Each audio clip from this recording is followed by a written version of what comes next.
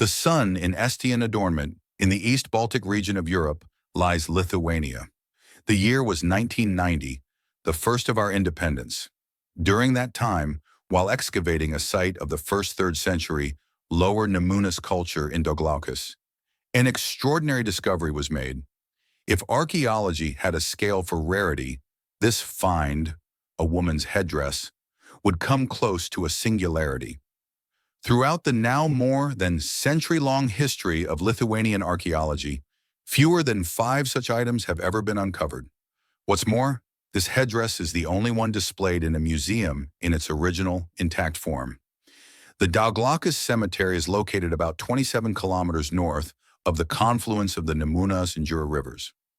Grave number 66, belonging to a woman, was found in the southwestern part of the cemetery, a section where most burials date to the late 2nd and early 3rd centuries.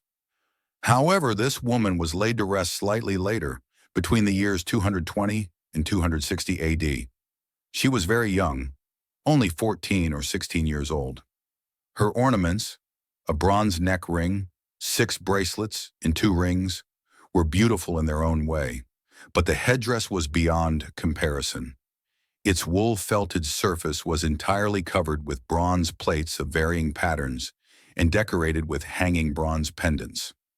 The goldsmith chose the circle and the square as the basic shapes for the headdress's ornamentation. From a circle surrounded by smaller ones, he created a symbol of the sun. From a larger one, a different kind of sun.